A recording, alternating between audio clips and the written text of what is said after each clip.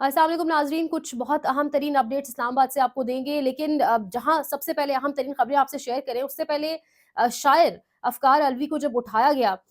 उठाया इसलिए गया कि उनका एक शेर जो इस वक्त वायरल है और जो लोगों ने पहले जिन्होंने नहीं भी सुना था, वो भी अब इसको सुन रहे हैं और लोग मज़ीद उसको, अगर आप ट्विटर पे देखें, अगर आप टिकटॉक पे देखें, मज़ीद वो क्लिप्स शेयर कर रहे हैं। उनसे एक हल्फ़नामा लिया गया और हल्फ़नामे के अंदर उनसे बेसिकली ये कहलवाया गया कि मैं आइंदा जितनी भी शायरी करूँगा, वो मुल्क के हक़ में होगी।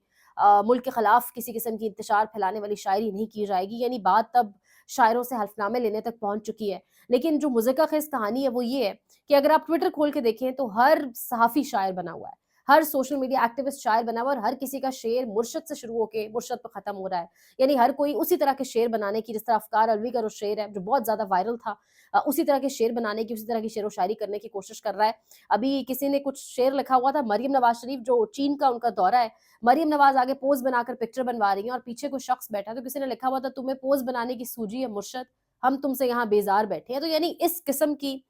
शेरो शायरी की जा रही है, मज़ाक का उसके अंदर एलिमेंट भी है। लोग बाकायदा तौर पे जिन्होंने अफ़कार अलवी से हल्फ़नामा लिया, उनके हवाले से भी शेरो शायरी कर रहे हैं, तो ये मामला अब यहाँ तक पहुँच चुका है। अब हर जगह मुर्शद, मुर्शद पड़ी हुई है। जिन्होंने नहीं भी पहले वो क्लिप्स देखे थे, अब वो शेयर कर रहे हैं, वो सुन रहे हैं। तो पता नहीं ये सारे आइडियाज़ देता कौन है हमारे फैसला साज़ों को। अब यहाँ पे कहानी सिर्फ़ इतनी नहीं है,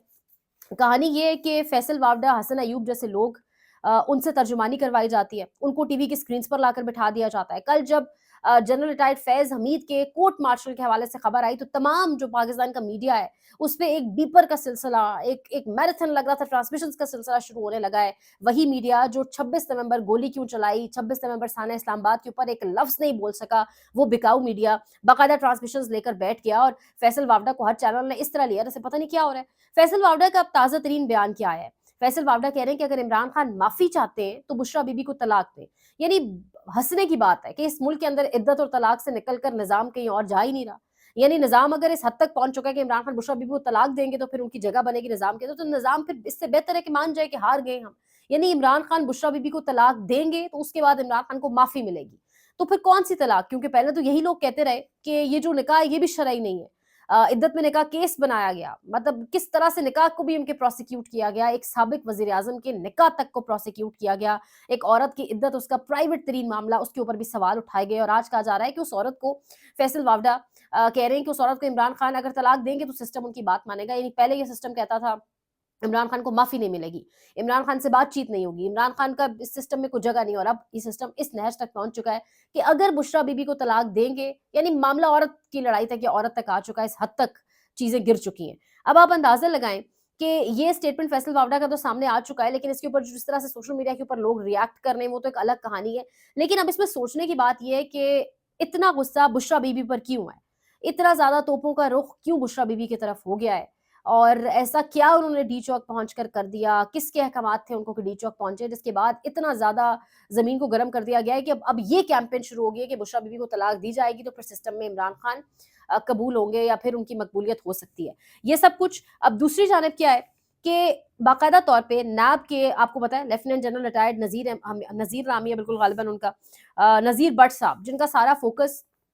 नैब का चेयरमैन बनने के बाद एक ही शख्स पर है, इमरान खान के ऊपर। अल-कादिर ट्रस्ट के अंदर इमरान खान ने लगभग 79 यानी 80 सवालात के जवाब दिए और 80 सवालात के जवाबात के अंदर जो सवाल नंबर 76 है, वो बड़ा इंटरेस्टिंग था। इमरान खान ने उसके जवाब में तमाम तर चीज़ें जो पाकिस्तान में 2 ढाई साल में हुई, सारी सामने रखी। इमरान खान ने कहा कि किस तरीके से एक लंदन प्लान था, किस तरीके से मेरा जो मैंडेट है उसको चोरी किया गया, किस तरीके से मेरी पार्टी की खवातीन को उठाया गया, किस तरीके से मेरी पार्टी की खवातीन वुमेन वर्कर्स को हिरासा किया गया, लोगों के घरों में घुसकर उनके कपड़े फाड़े गए, मेरी बहन को, मेरी बीवी को उठाया गया। नहीं, इमरान खान ने उसके अंदर ठीक-ठाक ज़िक्र किया। उन्होंने अदालतों के हवाले से ज़िक्र किया कि किस तरीके से ट्रायल कोर्ट्स मैनेज हुए, किस तरीके से जजेस मैनेज हुए, किस तरीके से ब्यूरोक्रेसी, किस तरीके से अंदरूनी और बैरूनी अनासर, उस वक़्त की एस्टेब्लिशमेंट ने बाकायदा तौर पे कुछ की प्लेयर्स थे, उन्होंने किरदार अदा किया, लंदन प्लान, यानी तमाम तर ज़िक्र उस सवाल नंबर 76 के जवाब में इमरान खान ने वो सारा 2 ढाई साल का कच्चा-छटा बयान किया और कहा है कि इससे ये नैब को जो उन्होंने सवालात अल-कादिर ट्रस्ट के अंदर जमा कराए, उसके अंदर उन्होंने लिखा है और उन्होंने कहा है इसके अंदर एक एक बड़ी बात है, जो उन्होंने दोबारा रिपीट किया। उन्होंने कहा है कि फिर बाजवा के जाने के बाद एक रिटायर्ड अफ़सर को आर्मी चीफ बना दिया गया, यानी मौजूदा आर्मी चीफ के हवाले से वो डेफिनिटली बात कर रहे हैं। तो यानी इमरान खान का ये खतरनाक एक बड़ा जवाब जो उन्होंने नैब को जमा करा दिया, ये एक तो चीज़ वाज़ेह कर रहा है कि इमरान खान अपने मौक़िफ़ से किसी सूरत भी पीछे हटने को तैयार नहीं है, बल्कि 2 कदम शायद आगे ही बढ़ते आपको दिखाई दे रहे हैं। लेकिन अब ये नैब को जमा तो करवा दिया गया, पर इस वक़्त जो बड़ी खबर है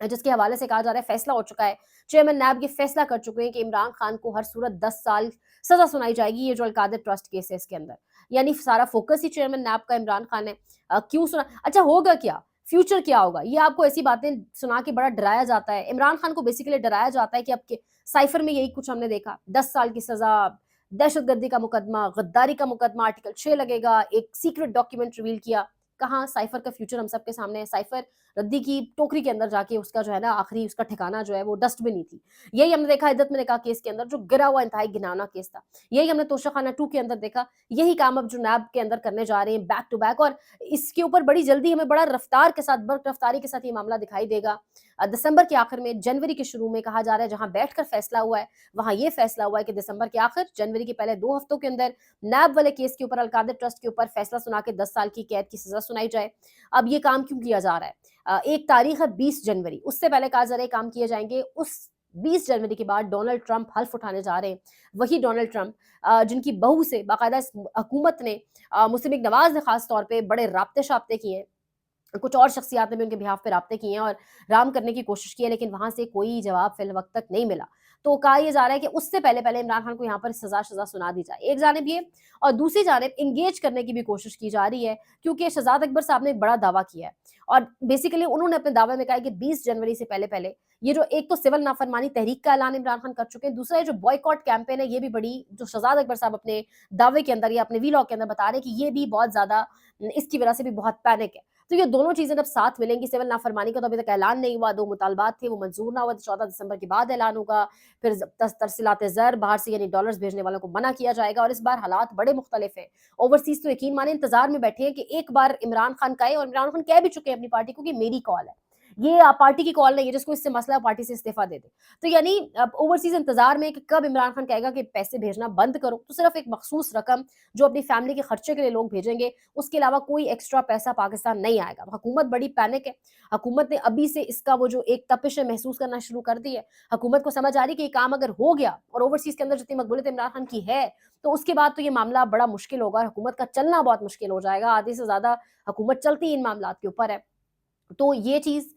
7 سول نافرمانی کی کیمپین، 7 ارسلات زر والا معاملہ، تو یہ سب کچھ اگر آل ٹوگیدر کمبائن ہو جاتا ہے، پھر 7 ڈونلڈ ٹرمپ کا حلف، تو اس سے پہلے کوشش کی جا رہی ہے 7 کہ انگیج بھی کیا جائے، لیکن انگیجمنٹ کے ساتھ ساتھ وہ جو ڈراوے دینے کا مسلسل ایک صورتحال ہے وہ بھی کوشش کی جا رہی ہے کہ 10 سال کی سزا سنا دی جائے گی، اور عمران خان نے 80 سوالات یعنی 79 سوالات کے جوابات جمع کروا دیے، جس میں جواب نمبر 76 سوال کا 76ویں سوال کا جو جواب ہے وہ بڑا لمبا، بڑا خطرناک، بڑا انٹرسٹنگ بھی تھا۔ بہرحال اب دیکھتے ہیں معاملات کس طرف جاتے ہیں، فیصل واوڈر جیسے مزید کتنے لوگ سامنے آ کے طلاق کا خدا نخواستہ مطالبہ کرتے ہیں، اور نظام اس حد تک کیوں جا رہا ہے، یہ پینک کی ایک بہت بڑی مثال ہے، نظر آ رہا ہے پینک کا سگنل ہے کہ نظام کس حد تک پینک کر چکا ہے، کس حد تک اس وقت بے چینی کی کیفیت ہے، کہ بات اس بات پر آ چکی ہے کہ پہلے کہتے تھے نکاح انلیگل، اب کہہ رہے ہیں جی کہ طلاق دیں، اس کے بعد نظام کے اندر عمران خان کے لیے کوئی سپیس بنے گی۔ انشاءاللہ مزید اپڈیٹ کرتے ہیں، لائک شیئر سبسکرائب، اپنا خیال رکھیں، اللہ نگہبان۔